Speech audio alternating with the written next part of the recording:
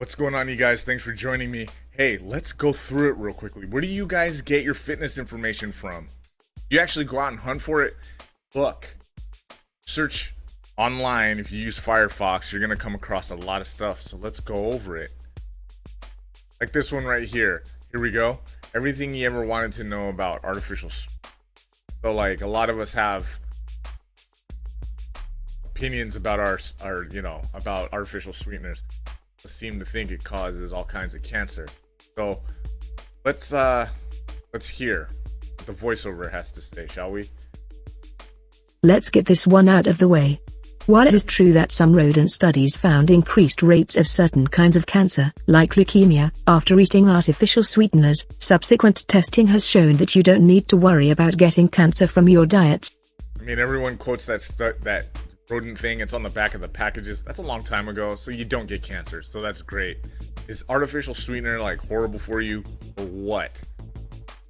So it's not going to kill you, it's not cancerous. So this article wants to make the claim now, hey you guys, stop being a few recent studies suggest that consuming fake sugar actually trains your insulin response to store more fat, not less. So insulin is the hormone. It stores more fat when it detects that you've eaten something. They're saying that that sweeteners probably increase insulin response, which would mean you store more fat. And then this is where me and the article have a little bit of a disagreement right here. Let's hear the voiceover. I hate to be that guy, but well, actually, a lot of the evidence suggests you'd be better off just trying to cut back on the regular soda. It does seem Fair like enough. having fewer calories should help you lose weight, but studies indicate that weight loss isn't as simple as calories in versus out. Whoa. Back up for a second.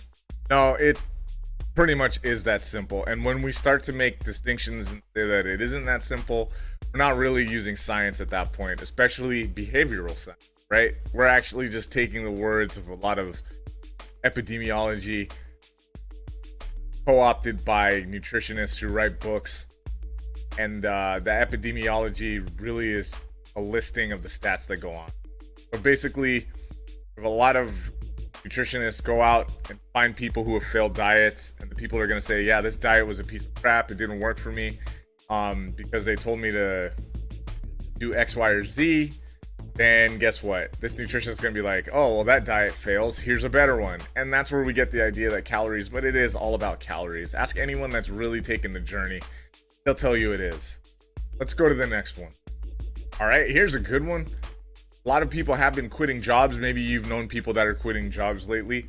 Why does this have to do with fitness? It does. It has everything to do with not only how much time you're going to spend in the gym going forward, but how much confidence and motivation you're finding in your daily life to address the issues that you need to get over. So I love it. I love when people are ditching it. Let's see. All right, let's see what the VO has to say about it. Goodbye, farewell, adios, sayonara. Workers have been giving their bosses an earful of such words as of late. Last week, the U.S. Bureau of Labor Statistics announced that 4.3 million Americans, or 2.9% of the entire workforce, quit their jobs in August. That was a record-breaking month. The Great Resignation is what they're calling it, and that's great. 0.9 people. I've heard of a few people that have changed. In fact, we started the facility here 6 months ago. Not really quitting a job or resigning, but hey, it's led to a lot of fundamental changes. The way we think about our employment and the value of what we bring to a corporation. And that's freaking great, because we can't just say that, hey, I'm being hired, they can do whatever they want, all I do is work for a paycheck. We're starting to get honest. But why? This person says the following about Germany, right? If there's one nation that has exemplified the perils of inflation, it's Germany. After losing World War I, Germany struggled with the burdens imposed by the Treaty of Versailles, which forced the nation to pay reparations for the war and hobbled some of its main industries. The Weimar Republic dealt with its financial problems through deficit spending and printing lots of money, and inflation took off. All right, so they're implying that inflation might be the reason that people start to distrust whatever position they're in and look for financial security going ahead, so they quit whatever job they're in, knowing their value and moving ahead. With that, I say hell yeah. especially if you put in many years and a lot of time. Even if you haven't put in a lot of years, still knowing your value, knowing your skill set is always something that I talk about with people here in the gym. And I'm all for it. I believe it. But why is that though? Like, how do those things connect? Mom India cites research from neuroscience, which, she says, finds that our experiences almost literally rewire our brains. Evidence on neuroplasticity reveals that personal experiences and learning alter the strength of neural connections and fine-tune the brain structure to those past experiences, she writes. It's known in the field as use-dependent brain development. Basically, it's the argument that trauma of some description rewires your brain. That's kind of one way of thinking about it. I think it's just, we kind of figured out, we had time to figure out what our value is. You hear about a lot of people who stay inside of jail and they want to think, yes, jail, they have a lot of time to think. They don't want to go back to doing what they do, so they think about how they're going to make corrections, and guess what? It actually rewires the way that they receive information from the outside world, process it, kick it back out, and guess what? People can change their lives. Hey, this is why inside of this gym, I'm always a big proponent on this being the place where you can start to make the change to change your life, because it's all about the action you take. And people are doing that in turn. One more article, let's do it. Here we go. Here we have an article about staying up late. Oh, this one speaks to me personally because I used to be one of these people. Not only did I always and still do like to stay up late, but I used to have to get up really early. And I wouldn't compromise. And I've talked to a lot of people who have this issue still to this day. It's not really a massive issue, but this one says it is. Let's find out why.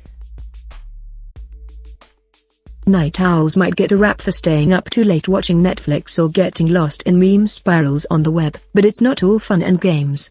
Study after study shows the later you sleep and rise, the more likely you are to develop some serious health complications. Okay, and?